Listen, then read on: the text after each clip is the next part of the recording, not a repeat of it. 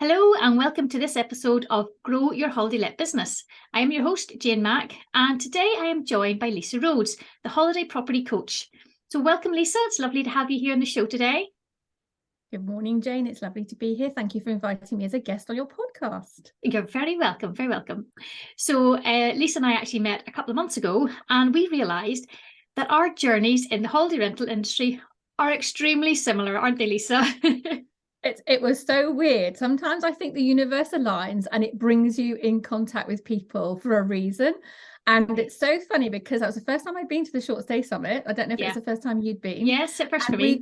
And we kind of just bumped into each other, didn't we? Yeah, and literally. It was so interesting how when we talked about our backgrounds and our journeys into getting into short-term rentals and then where we are now, so aligned and so similar. It was just like, this is amazing, meeting somebody else who's been on the same journey as I have. Oh, absolutely. And it's really nice to know when you hear somebody else's and you think, oh, you had the same things as me and the same challenges. And, you know, we both took the same sort of time out after selling our businesses. And I thought, oh, it wasn't just me. Then I'm glad other people felt you had to do that as well. So it was really nice just to have that conversation of, I'm not alone. We're other people in the same position. Because like sometimes, especially when you work by yourself, you forget that there's other people out there have been in that same position as well. And it's quite a common thing, really, you know. I think that's very true. Very true, you know, and I think particularly in the hosting business, you know, typically people will work on their own in a kind of a vacuum of meeting and seeing other people. And it can be a very lonely place running a business, and it's also a bit of a roller coaster, isn't it? So absolutely. I think that's the hard part. When it's a roller coaster, you end up there's so ups and the downs. And you think sometimes you just have nobody to talk to you about it. Sometimes you don't have anybody who understands that sort of those feelings you get, that overwhelm you can get, those dramas that happen, the challenges. And sometimes it's really good. It makes such a difference when you can speak to somebody who has that experience, that knowledge, who's been there and who understands. So I think, as you say, we get so sort of consumed in everything in the day-to-day stuff that you forget there's other people out there that have been there and that can help you as well. So so it's we've definitely both got the real experience of being on that very long journey from the beginning to the end. And I think there's a lot of value in that experience that we both now can share and help other people with their businesses to try and avoid some of those.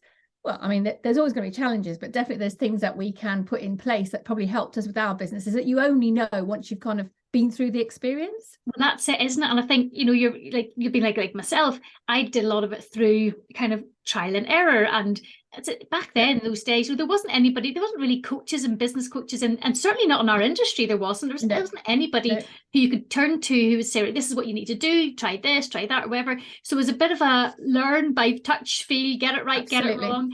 But then when you get it wrong, that's fine, because you learn from it. And those are the things that you can really help other people with, to say, you're going in the route I went, this is what I did, try it this way. That's happened, right? Let's switch it around, try this. And it's that whole guidance that you can give, because you think, I've been there, done it. I learned the hard way in some places. And so absolutely. And I think, we do grow through those trials and errors and those things that don't always go to plan. And let's be honest, in the hospitality sector, who could have planned for a pandemic that was going to take the industry 2 years to recover, more than 2 years to recover from?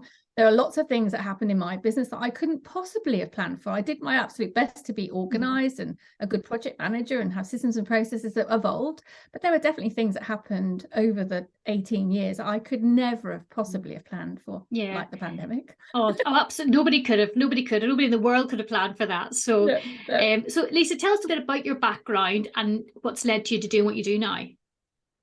So how far do you want to go back? I mean, my background is quite varied. I mean, really varied, and not very traditional in any sense of the word, really. I had no real plans when I left school what I wanted to do.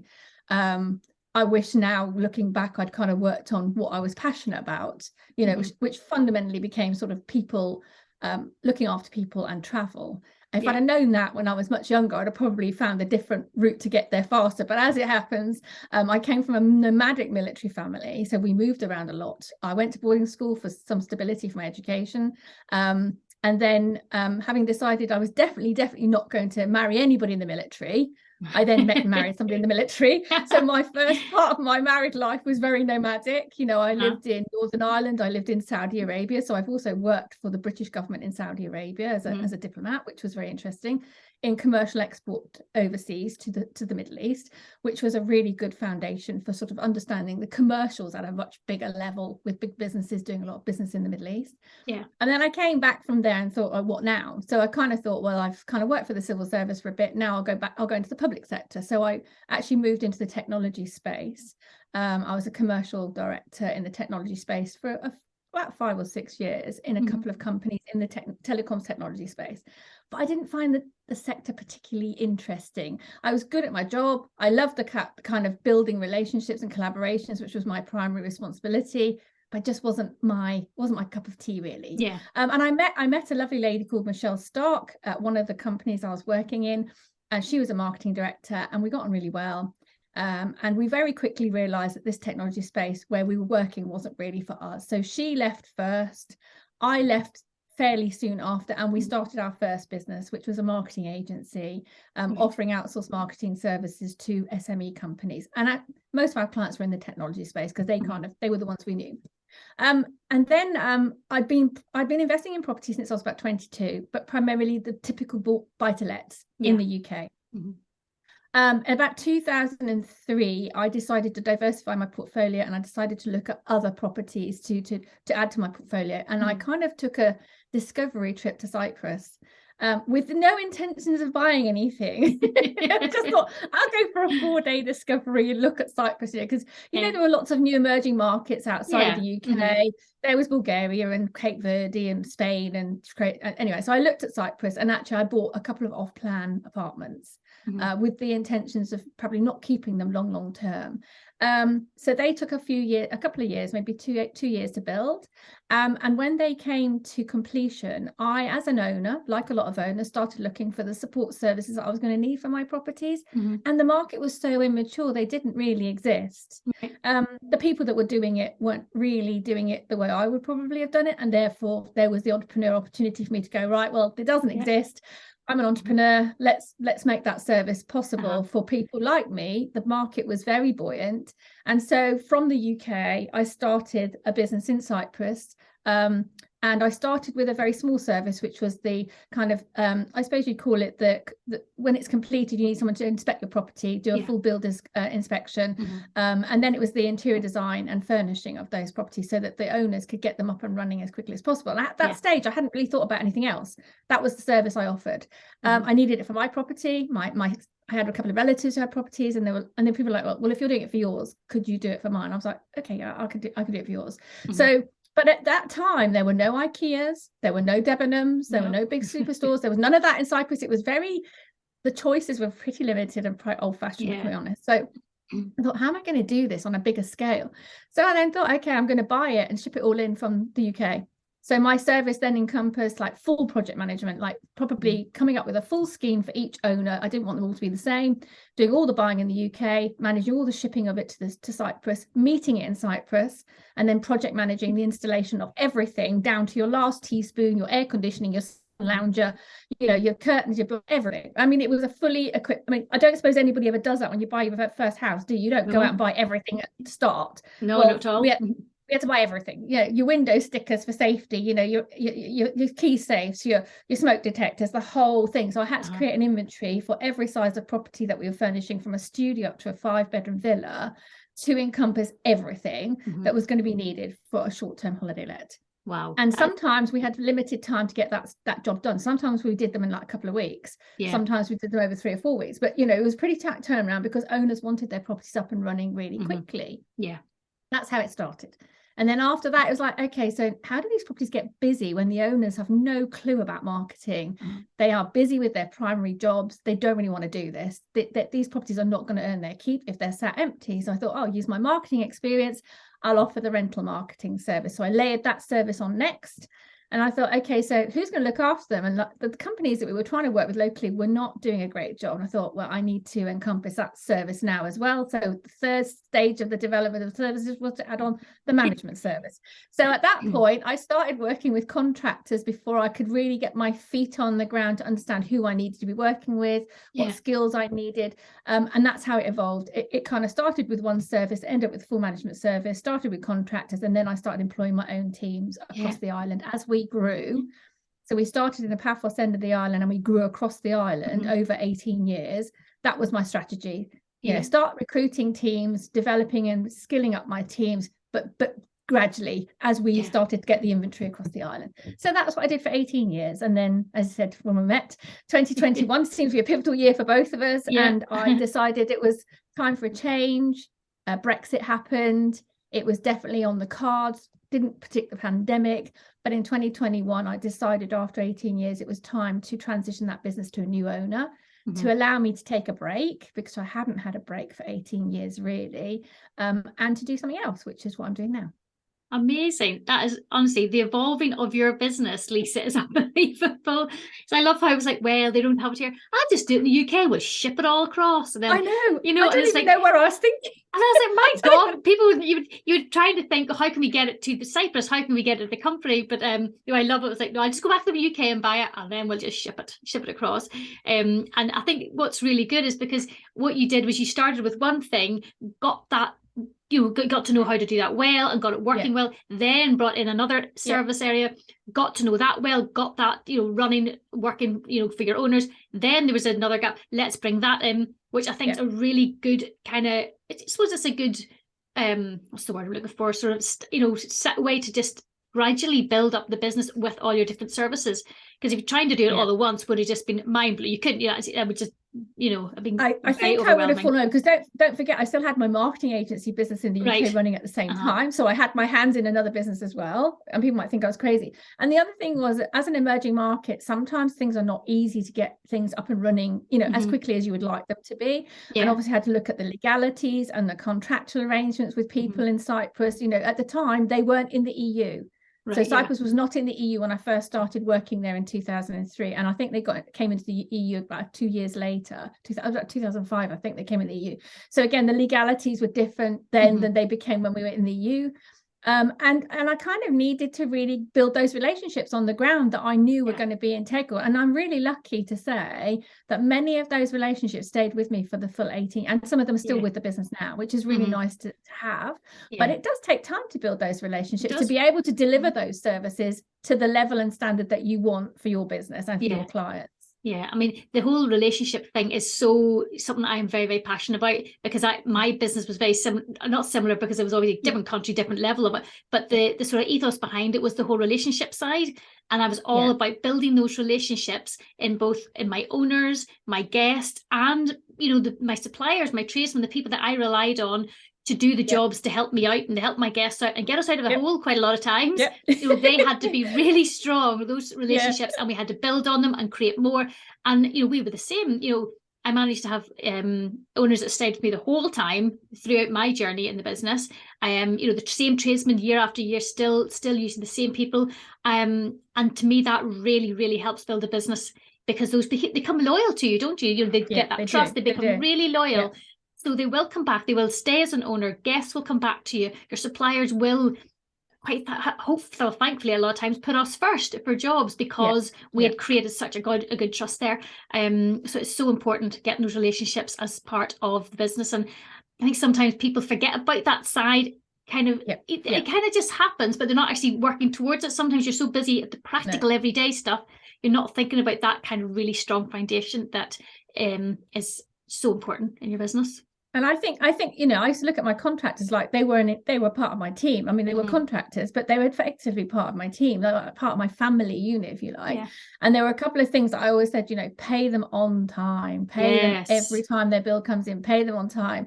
You know, build that loyalty, and that when you have an emergency, when a guest has locked themselves out at 11 o'clock on a Saturday night, or the water has stopped working on a Sunday morning, that you know you can pick up the phone and they will go the extra mile for you. Those relationships have absolutely proved their worth over the years, for as you say, getting us out of a hole when there are things that happen in this business. They just happen, you know. They do, and you need to be prepared for it, and that's where those come in. And I think sometimes people, you know, I think with the fact, well, I suppose when you're running the business yourself and you have that control over the fact that you can pay these people on time, and you can, you know, have those conversations face to face or over the phone. If they're in Cyprus and you're in the UK, whatever, but you can still, it's having that whole relationship piece there, and just building that trust is so important. That trust word is key. You know, that trust word with your clients, that trust word with your contractors, your team, and your guests. You know, it takes time to build. And I always said to my team from the very beginning, I always said to the owners, the strategy we've got here is, and I always say to you, I think we were talking about this, you know, we started long before Airbnb. Like, we did not exist. No, so like we were real kind of trailblazers in terms of short-term rental. And I laugh about it now, thinking, how did we manage to get these properties so busy? But again, it was about building relationships. It was about looking outside of the world. That the Airbnb didn't exist. That wasn't your route to market. So you had to find other relationships. So it was travel agents, and it was a bit of social media, and it was about talking to people and your networks and friends, families, and all the networks I built over the years of having collaborative relationships, you know, business relationships. It was all of those things. But you know, again, if you hadn't had those relationships, you didn't have those routes to market to get your properties busy.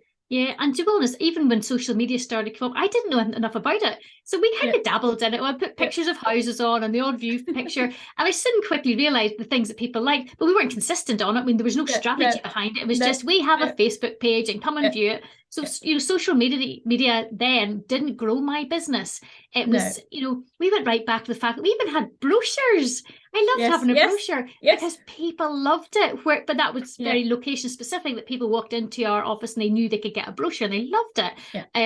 And, you know, also we also knew things that we knew that we had a part of our sort of market was more sort of elderly people who didn't really take to the internet. They wanted a brochure in their hand and they wanted to look at it. So we made sure that was part of our strategy. You know, we have a section of people, they like a brochure. So we provided it, you know, and I think just even all our local businesses, having those connections with them, and, you know, we would have people come and put their leaflets in our office about their business and vice versa. We would then say, well, can we put our details out on your website? And that collaborative bit of work. So, you know, especially in your tourist destinations and guests are going into local shops and they're maybe talking about, oh, I might come back, where's some good places to stay? Those people recommend you because you've got a relationship with them, you work together. So all that is what built it. You know, it wasn't, I mean, an Instagram, I didn't even have an Instagram account then. You know, I don't think we did either. We had a website right from the beginning, and we had social media, but it was about those relationships that I still use the same car hire guy I used 18-20 years ago. He was the first person. So when I booked a hotel to stay in Cyprus, when I was doing my trip, I was put in touch with a lovely guy called Akis, a little family business. And I still use Akis today, and we have become very good family friends. You know, baby equipment hire. I always said to my owners, you know, please don't put baby equipment in your properties. I'd rather we contract with a proper professional baby equipment hire company who can take all the legal responsibility for making sure the equipment is as it needs to be. So we had we had a disabled equipment hire company because so many people would come who were maybe a bit older, might need a mobility buggy. They might have other needs while they're on holiday. We had those, you know, we had relationships, all sorts of people, wedding organizers, you know, flowers, special occasion cakes, all those sorts of things. So we could say to our guests, if you're coming to celebrate something special, we can help you with it. You don't have to worry about it. So you're right, all those relationships integrally helped us all to promote each other's businesses. Yeah, and it really enhances that whole guest experience as well, isn't it? They know that they can come to you, oh, I'm getting my property booked, but I can also get, you know, something for my wedding, or I've got an elderly aunt who needs some mobility. But you can help provide that, and to them that makes it easier for the guests as well, doesn't it? I think that buying process, make it as easy as possible. What is it? Remove the objections. And also, like, really knowing the properties that we had, you could then have somebody come to you, and you talk about the older generation. That's very true, because a lot of our ideal clients, you know, we'd have the families in the summer, but in the shoulder seasons, we'd have primarily older clients coming who didn't want to come when it was really hot, or, you know, they would typically not come during the busy family school holidays. But, you know, those guests would be people who may not have a printer at home, so they'd still ask you to post booking forms and stuff to them, which again is a service that not everybody will offer. You know, most things are done online now, and these guests still to this day still book twice a year, still like their booking form to be posted to them. So it's that kind of thing. But I think, you know, it is about knowing knowing as much as you can about your clients, and being able to make your business agile enough to be able to accommodate them and really serve them. Absolutely. And so when we started to get, we said, you know, the plan here is to get people to come once and again and again and again. Then you don't have to keep looking for more guests, because you've got the loyalty of the people who know to trust you. They know they're going to have a great holiday. They know that the quality of the property they're going to stay in is going to meet exactly what they want, because they've had a conversation with you where you can say, I know your needs are, you can't do stairs. There's no point offering your property with stairs and no lift, because I know you struggle with stairs. So I'm going to suggest these ones. That's what building that rapport with your clients is about, is being able to have a good conversation that gives them exactly what they need for their holiday. And a lot of people, they don't have the time, or they can't be bothered just searching online and then looking at all the features and the facilities. And that's where they phone up. I'm looking for this, but I need, you know, no internal steps, or I need whatever it is. And that's, as you say, that's that knowledge of your properties. And that's what we would provide, knowing, you know, everybody, all my team, one of the biggest things we always made them do is everybody must get around those properties. You must know these properties, because then you can provide that full service to guests who are looking for something. And that's why they phone us. That's what they want, to speak to somebody to say, this is a property for you. And once you get them, as you say, it gets them coming back again and again. And even if they don't stay in the same house, they'll come back to you. What about a different village? What about this? There's only 2 of us this time. What would you recommend now? Because they've now trusted you get them the right property that suits them perfectly. Yeah, absolutely. And it's really interesting. I had a conversation yesterday. So this is how it works, right? So I looked after a villa since 2009 in a part of Cyprus, and that villa was sold recently to some new owners, and in that villa must have been a pack from our company from when we looked after it as for guests.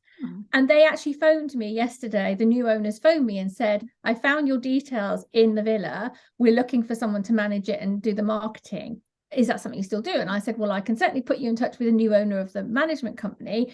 I said, but I've known that villa since 2009, and they were really surprised. I said, no, seriously, we looked after that villa since 2009. I know everything about it. I know all the repairs to it. I know all the problems it's had. I know all your neighbours. I know the developer. And they were like, wow, that's amazing. I was like, and so I was telling these new owners loads of stuff about their villa that they didn't even know. They've been in it like 4 weeks. So and you know more about it than they do. But that is, when you look after a house, you know the ins and outs, as you say. You know every repair, like the shower that was never continually kept blocking, and all the things that happened. And you know the ins and outs of it and everything. I've now put them in touch with the new owner of the business in Cyprus, so she's going to look after them. I mean, that's a great solution, because then there's continuity of care. They know they've got someone who knows the villa. You know, if they need any help with their marketing, I've said I can help them with it. You know, so like it's a really good win-win. But if we hadn't had that pack in the villa, they would never have known about it. No, wouldn't have known. Oh, fantastic. Just all those little things that help, don't they? So Lisa, share with us, what challenges have you come across in your business? You know, and kind of what did you do to overcome them?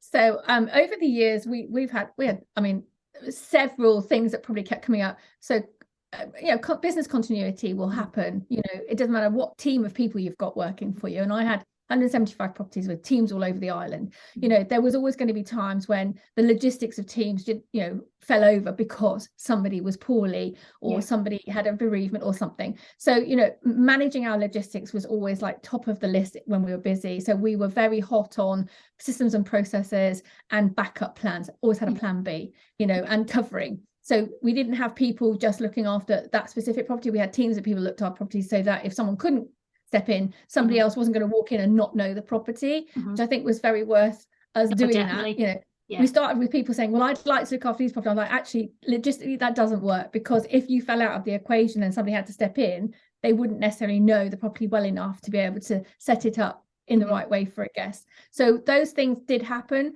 you know, always will happen. You know, managing continuity of business is an integral part of what we do in the hospitality sector. I had situations like the worst one. I had 2 really bad ones. One was my bank went under in Cyprus, totally under. I mean, completely collapsed without warning. And that meant that we were not able to move any money in and out of the business, a bank account in Cyprus, for a couple of months until the Bank of Cyprus took it over. Thank God, I always had my money spread across different bank accounts. And I never put all my eggs in one basket. So my advice to anybody in business is always think and plan for the unexpected. In terms of your cash flow and financing, how you're going to finance your business. Those are really important things, especially as you grow. I mean, I had I mean, I had a staff salary bill most months of anything up to 15,000, 20,000 euros some months. So it's a lot of money. And if I suddenly couldn't move any money, how was I going to pay people? How was I going to pay contractors? So that was a really big a learning curve. I had the whole of the electricity get taken out in Cyprus. Ooh, I remember you telling me this. A massive explosion. God. So in their wisdom in Cyprus, for whatever reason, they had confiscated a consignment of weapons that were intended to go to Russia, I believe, from a ship. And in their wisdom, decided to store them in a storage area right next to the main electricity supply power station on the island of Cyprus. And these have been stored for some years, quite happily. But on this particular occasion, something happened and the whole thing went up. I mean, it was the biggest disaster on the island. And sadly, lots of people lost their lives. The explosion was so big, it went across the motorway, it took cars out. And a lot of the fire crews that responded to it also lost their lives. So it was an incredibly sad event. But it took the whole of the island's power out for months. Months and months. And so when you've got 175 properties and most of them are busy and it happens in the middle of the summer, what do? Like, you're suddenly stuck with a situation that you can't have predicted. So we basically had to, we couldn't email people. Everything was down. We had to basically go door to door with a note saying, if you need to contact us, this is our phone number. They've got our phone number. But if you need to contact us, like, this is what you need to do. This is what's happened. This is what we know. This is what we don't know. And we just had to keep people up to date and say to guests, these are the options. The options are pretty limited right now because, and some of them say, well, can you just move us into a hotel? We're like, well, we could do, but they don't have electricity either. I don't have electricity at home. I happened to be on the island at the time. So we just basically said, if you want to repatriate back to UK, first port of call be insurance company, you could just stick it out. We honestly don't know how long this is going to take. And it took them about a week to get some intermittent power back on using 2 secondary power stations.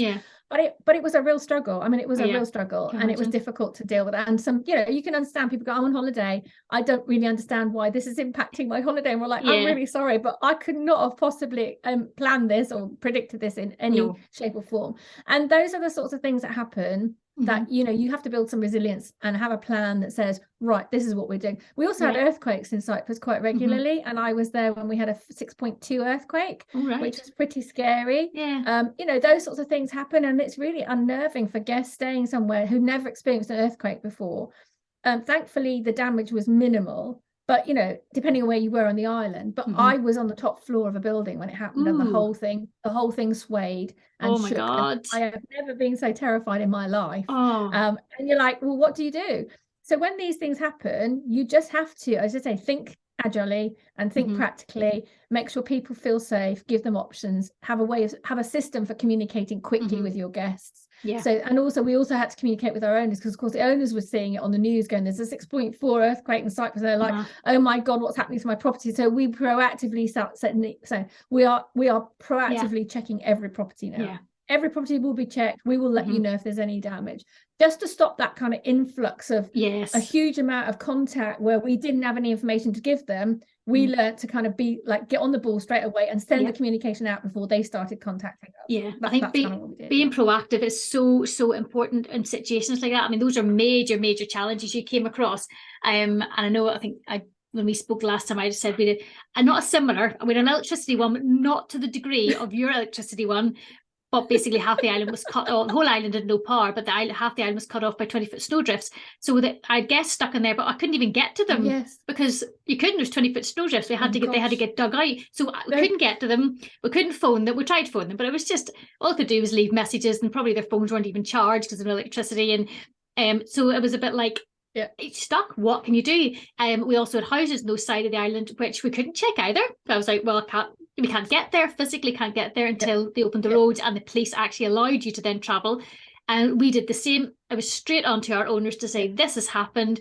And especially the ones where we knew we can't get to your houses. We just said, I can't get there. Please bear with us. As soon as that's open, we will go. And I have to say, the fact that you're on it and you're right, you're letting them know before them chasing you, which I always think is really important.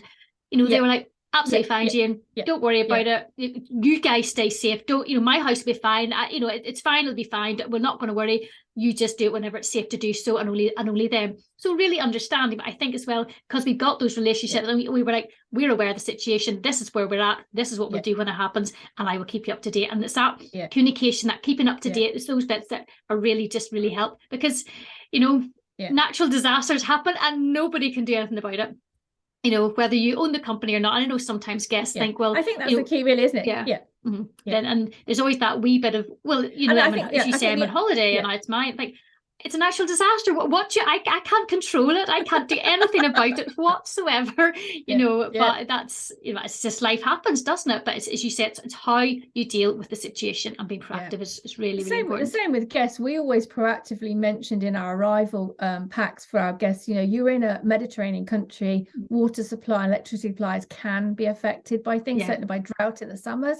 So we would proactively give advice about, using water sparingly, and things like, even there are very, in every area, in every part of the world, there's going to be anomalies that are specific to that area. And I think as a business owner, once you know what they are, it's about putting the systems in place, the communication for either guests or owners, so that they understand. Because even a lot of our owners didn't stay in their properties very frequently, so they probably didn't really appreciate some of the efforts we had to go to look after guests, to put things, how long it took to get things done, when you're traveling between quite a big distances, the limitations on when suppliers are open, and holidays are different in Cyprus to it's all those things, isn't it? Everything we start to take for granted as business owners and operators, and we have to communicate to our guests and our owners what those are, so that they understand why it takes so long to order a spare part for a swimming pool that's got coming from another country, that kind of thing. Well, that's it. Any of our parts had to go via ferry by cross water, so nothing was driving down the road to pick up the latest part. It didn't happen like that, and that's what owners and guests we had to communicate with, to be sure that this is a situation, and it's just manage their expectations. I'm not going to have that part tomorrow on Sunday, because everywhere we don't have that facility. So there's a big, managing expectations is a huge part of just keeping people happy, and and once again, it builds that relationship and that trust that I've managed expectations, I'm working with you, and I'm communicating with you, is a big part in it. So obviously you've talked about different ways you've sort of overcome your challenges and things. For anybody out there who might be thinking of starting in this industry, or people who have started, they're starting to build a business, what sort of 2 or 3 tips would you give people in this industry to help them grow their business? I would say the first one, which I often found that owners that I didn't work with from the beginning of their journey would get wrong, and that would be that they would not really do their research and understand who their ideal client is to start with, and that they would start with the nice bits, which is, I've got a lovely property and I'm just going to go and furnish it how I like it, and then I'm going to try and attract the guests. And I would always say, don't start that way around. Ideally, you want to start with really understanding who your ideal client is and what's important to them, and then you build your marketing to attract them. You don't do it the other way around. So that would be my first tip, would be, get that bit right, and then when you understand who they are and what they want, you can then develop the experience that they're looking for in your property. And that might be how you furnish it, what amenities you provide, down to what specifications of things you provide, whether you're aiming at luxury or budget, it doesn't matter, but you've got to get that right match to your right client.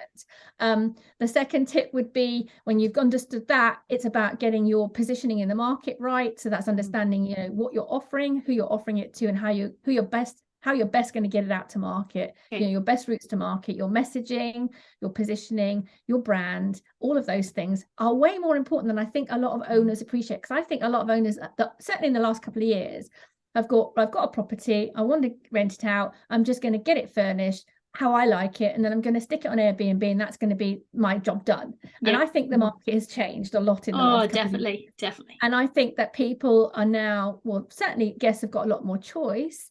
Their expectations are quite a lot higher. They're also traveling internationally, whereas they were a captive domestic market for the pandemic. So I think that owners have got to be a bit smarter in their approach to their marketing, and where they market and how they market, and not do the scattergun approach, because the scattergun approach is it doesn't really work. I think that would be my second piece of advice. And then the third piece would be, get your communications with your guests right from the day dot. You know, every point of touch has to be consistently to brand and has to be with your guests in mind. It's not about you, it's about your guest and what's important to them. Absolutely. And, you know, what we have to remember is that, you know, the more you proactively work to get things right and check everything and check it again before they arrive, the less problems you're going to have when your guests are staying. Exactly. So understanding your customer journey and their customer experience journey will mean that you can put systems and processes in place to check everything so that you minimize the risk of things not being right. Because it's congenitally, I was reading some research yesterday, says that, you know, everything can be great, but it only takes one really bad experience in a stay, and that's the bit that they will remember, sadly. Absolutely. So you can have a great first start, or you can have a bad start and everything be great afterwards, but the bit that was the most negative on them will be the bit that they remember. And I often had to get this across to my teams in Cyprus, saying, you know, they'll say, oh, but you know, it's not a big deal, it is. Well, you might not think it's a big deal, but your guests might think it's a really big deal because it was a really special occasion and the cake didn't turn up on time and whatever.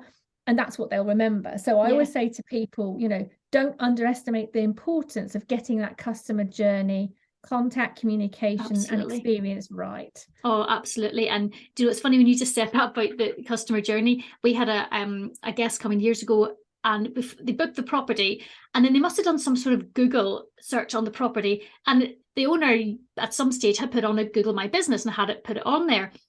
But there was this awful review on it. Now, this was a 5-star property, which was immaculate. It was, you know, it was all rated 5-star, everything. But there's a review from somebody who we were looking and going, I think they've got the wrong house, because we look back past all the past guests. That person's never stayed that property. That name has never come up. There was like a 2-star review saying about how filthy the house was and unclean. I thought, and it's never been its like, because it was immaculate.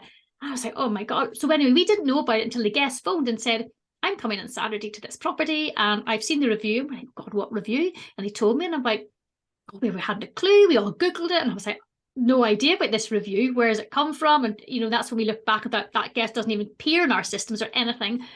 But he had decided from that moment that house was going to be filthy. He had decided that you were it was me, because he said, you are sending me to a filth. And I was like, I am not sending you anywhere. So anyway, I said, I can assure you that house will be absolutely immaculate when you arrive.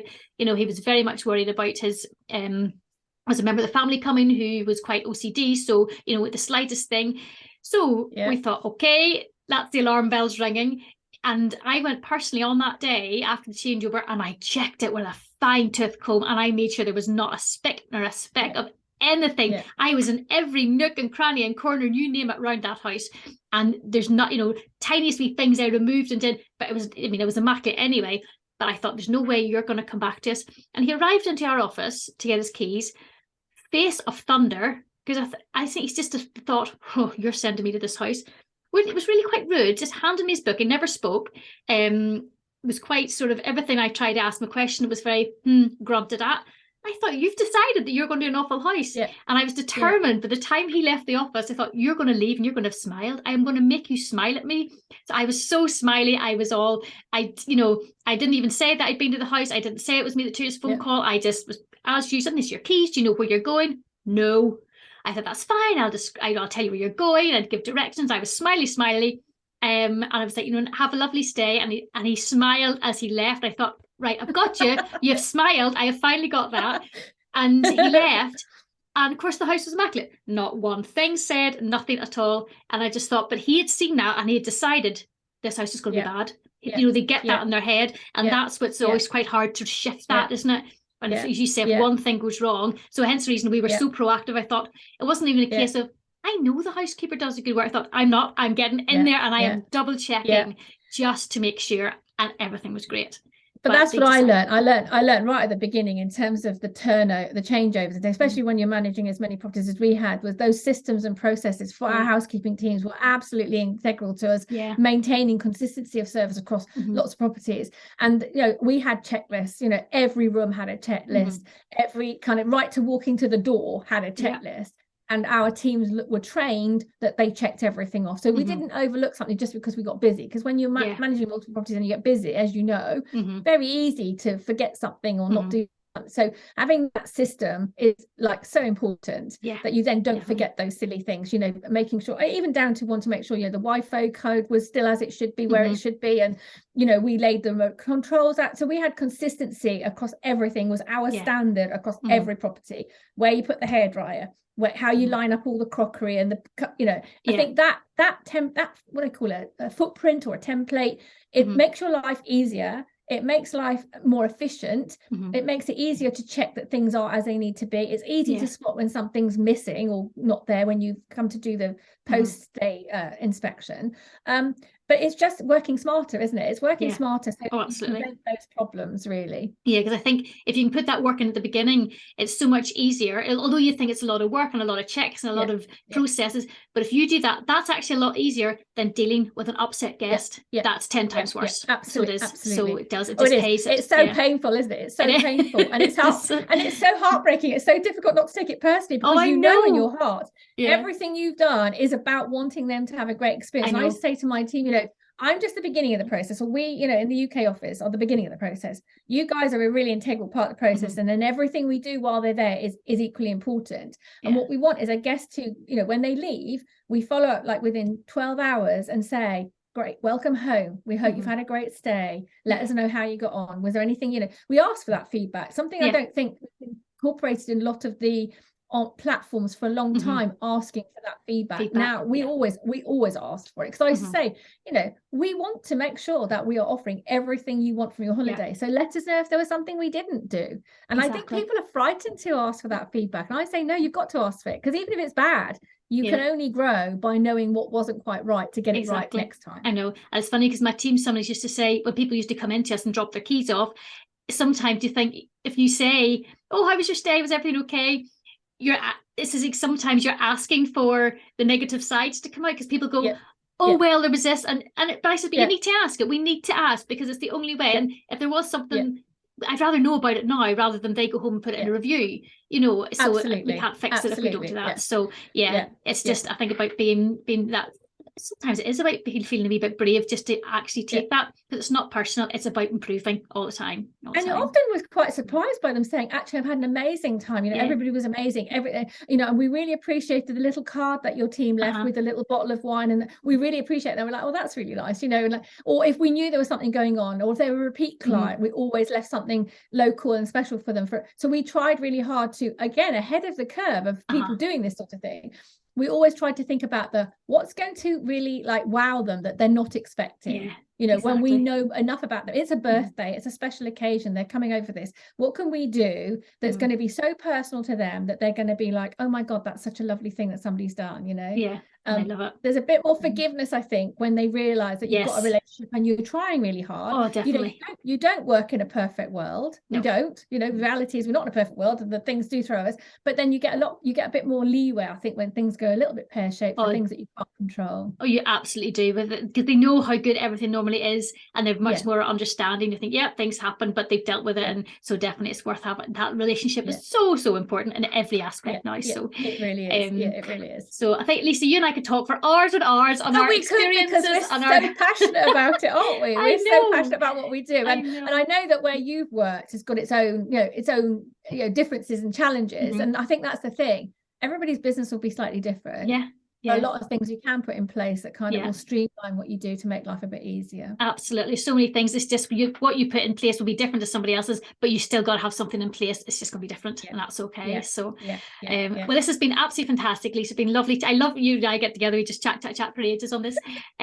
So for anybody who'd like to know a bit more about you, or follow you, or connect with you, where can they find you? Where's the best place to go? So I'm on social media as a holiday property coach. I'm on Instagram as a holiday property expert. I'm on LinkedIn as Lisa Rhodes. You know, I'm very happy to help people. I'm a great believer in paying it forward. You know, my time now is about helping other people to get their businesses to be successful. Yeah, much as fantastic. Lovely, Lisa. I know, once again, do the same things, don't we? But it's the thing, we do. Our ethos behind it is all very the same. It's the very same thing. So, Absolutely, which is really absolutely. nice. And I really hope that one day we work together on something, because I think that we could offer two heads are definitely better than one, as far as I'm concerned. We could do. The thing is, I would have to stop ourselves talking all the time about all our fun experiences that have happened. Just so similar. But yes, it would be a lovely thing. So watch this space, everyone, where you see Lisa and I some stage collaborating, some greatness that we'll bring together with both of us.